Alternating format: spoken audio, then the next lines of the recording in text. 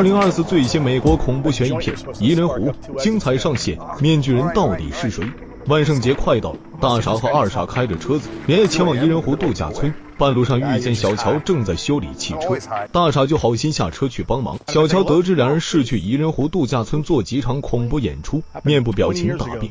随后万万没想到是二傻身后突然出现了一个的面具人，直接让二傻当场领了盒饭。接着大傻也提前领了盒饭。其实大傻和二傻是受度假村总经理老卡之约，前往度假村做专场恐怖演出的。他们职业是演员，他们是去那里扮演面具杀手给游客欣赏的。那么小乔和面具人为什么要合谋杀死2名无辜的人？且听小编娓娓道来。第二天早上，在伊人湖度假村，这里正在举办恐怖周末的专场露营活动。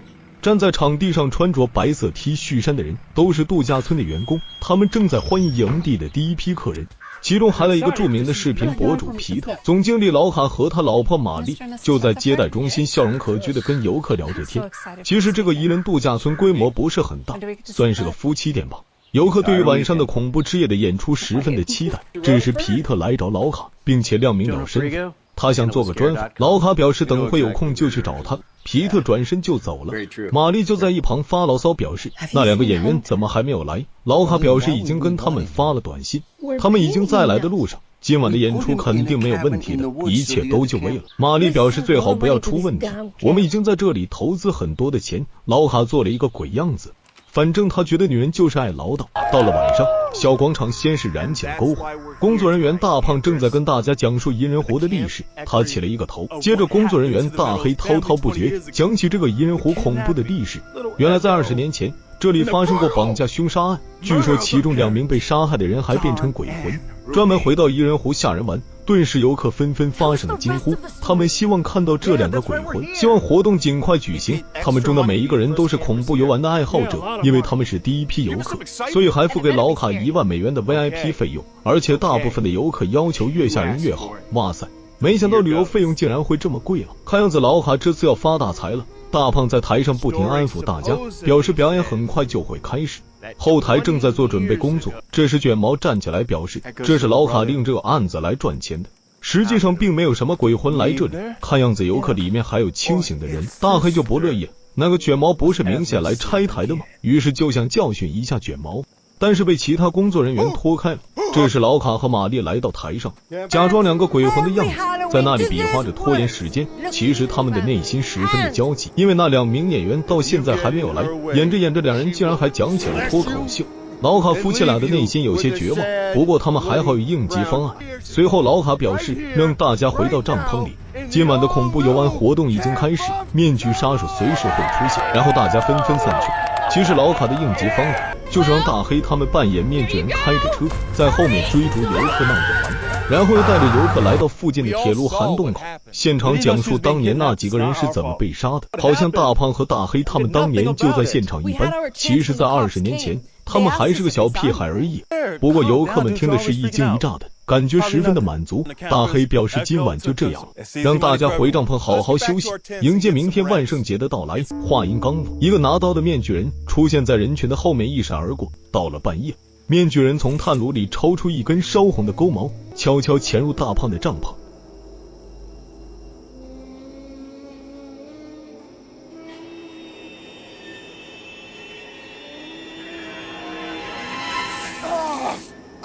大胖睡得跟死猪似的，没想到最后反应还挺快，否则命丧当场。大胖就骂骂咧咧地走出帐篷，没想到面具人根本就没走。大胖以为他就是演员，于是开口确认一下，哪知面具人也不说话，直接就让大胖领了盒饭。第二天，度假村的员工在吃早餐，大黑发现大胖没有来，大家就在那里嘲笑大胖十分的懒惰，然后大家都去叫大胖起来干活。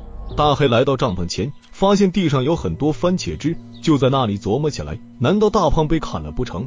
就在这时老卡过来，表示这些都是他雇来的演员做的特效而已，看起来很逼真，大家就相信了，然后就去干活了，都忘了叫醒大胖了。到了午餐时间，游客们开始抱怨了，表示交了这么多钱，啥也没有体验到，于是纷纷大喊大叫起来。老卡和玛丽听见了动静，跑过来安抚大家，但是大家所说的都是实话。老卡感觉有些敷衍不下去，卷毛反倒是学乖，也不怎么开口。老卡继续保证大家今天一定能看见番茄汁，卷毛还是忍不住插了一句嘴。结果还被大黑推到了，吓得连滚带爬的回到帐篷去了。最后老卡和玛丽表示，大家马上就能见到番茄汁，让大家在2个小时后到小广场集合。他们现在就回去做准备工作。随后老卡夫妻俩在一个偏僻的地方吵了起来。老卡就担心万一演员没有来的话，他们就要退款给游客，他们承受不起这个损失。老卡就责怪玛丽贪便宜，在网上找到这些不靠谱的人来。老卡表示必须在2个小时后有杀手演员出现，否则就要自己上场扮演杀手了。然后老卡气冲冲地走开。2个小时后，玛丽首先站在小广场上，大家焦急地等待着老卡的到来，他必须给大家一个说法才行。游客们就在那里嘲讽着老卡，玛丽就让大家稍安勿躁，表示老卡很快就来。就这样又过了1个小时，老卡姗姗来迟，他一上台就想跟大家道歉，刚讲了2句话，游客表示面具人来了。老卡扭头一看，的确是面具人跟在卷毛的身后，卷毛还茫然不知，就看见面具人冲上前让卷毛领了盒饭。那些游客终于见到了番茄汁，纷纷鼓掌叫好。游客也知道这是假的，都是表演出来的，但是他们就是吃这一套。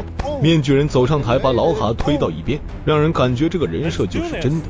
工作人员大白凑上前小声地表示，这里的员工都会配合他演出的。面具人点头表示知道，然后跟大白一起表演起来。很快大白倒在地上，洒满了番茄汁，游客继续纷纷鼓掌。老卡开心的不得了，于是大吼起来，这也是他的一种发泄，终于不用退钱了。然后让玛丽去找另外一个面具人过来，毕竟另外一个面具人是晚上8点的演出。玛丽就在度假村里到处找起来。这时演员给玛丽发来一个信息，表示自己在度假村的那个位置，于是玛丽找了过去，没想到那是个陷阱。很快玛丽就去领了盒饭，之后老卡开心的跟度假村的部分员工喝酒庆祝。老卡眼看玛丽一直不回来，就让大黑去找玛丽。大黑一直找到了天黑也不见玛丽，突然面具人出现在他的身后，就问大黑是否记得20年前的事情。大黑懵逼了，他实在想不起来。接着大黑就被面具人打晕了，然后拖走了。老卡还在跟员工嗨皮，他们打算8点以后让面具人再次的演出。老卡表示必须要让整个度假村沸腾起来。然后老卡就去找玛丽，可是在度假村的树林边上遇见了面具人，老卡就把他臭骂了一顿，表示他再不好好工作就会被扣掉工钱。面具人也不说，直接让老卡领了盒饭。面具人还当着老卡的面摘下了面具，这让老卡去见上帝之前知道了谁干了这件事。到了8点，小广场上坐满了游客，大家都在焦急地等待演出。这时面具人出现在一名度假村员工的身后，直接让他领了盒饭。游客们鼓掌叫好，他们觉得演出太逼真了。接着又让另外一个员工领了盒饭。总之这里的几个员工相继领了盒饭，然后面具人在游客的欢呼声中就走了。到了周日的早上，游客们还对昨晚的演出意犹未尽，不停地讨论着，而皮特就在一旁不时地做着记录。另一边员工区就剩下2人了。其实老卡雇请的这些员工都是本地人，包括大黑和大胖等其他人都是从小玩到大的，相互熟悉的不能再熟悉了。到了晚上，节目表演的时间到了，游客坐在小广场上等待着。这时面具人把一个人绑在椅子上，用红布蒙起来，然后就展示给大家看。实在没想到那个人竟然是大黑，游客们十分的惊讶。面具人就把大黑嘴巴里布团拿了出来，大黑就高声叫喊让大家赶紧跑。台下的人们欢呼着，他们觉得节目的效果很棒。接着面具人又把布团塞回大黑的嘴里，过了10几秒，面具人又把布团拿了出来，然后又塞回了大黑的嘴里。面具人看样子很享受这个过程。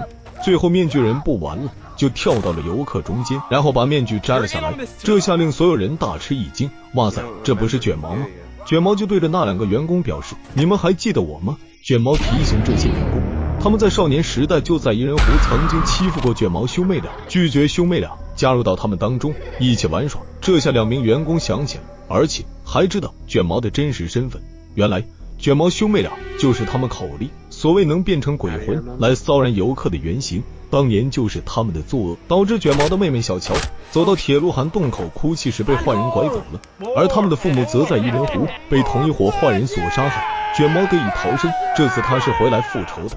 接着他走向大黑，大黑不停地求饶，但是已经晚了。当年就是大黑领头排斥卷毛兄妹俩的。到了周一的早上，又来一批客人，其中还有一位当年最狠的女人，她欺负小乔最深，她一下车就被小乔在后面跟上。小乔也是个狠人，他知道自己是被养父母拐走，自己亲生父母是他们所杀，所以他把仇恨埋在了心里。等到他长大后的某个晚上，小乔杀了那2个坏人，为父母报了仇，接着想方设法找到了哥哥卷毛。正好这个伊人湖度假村的老板利用当年的案件在这里赚黑心钱，而且这里的大部分员工都是当年的那群坏小孩，所以兄妹俩就决定到这里复仇了。随后这个坏女人也去领了盒饭。影片到此基本结束了，我认为本片拍摄的还行，满分5星我给打分3星。本片算是一部标准的恐怖片，故事设定有些悬疑，观众看完前段基本也猜到了当年的兄妹俩可能没有死，而且已经回来复仇了，但是要猜到是哥哥是卷毛就有些难度。本片胜在故事性比较强，有头尾的，而不像有些恐怖片基本上连一个完整的故事情节都没有。尽管有些地方很荒诞，而且漏洞百出，但是编剧也算是尽力了。片中的演员众多，小乔的演技比较出戏但是卷毛演技不错，有潜力。如果喜欢看番茄汁的小伙伴，那么这部片子就比较符合胃口了。好了，谢谢大家的捧场。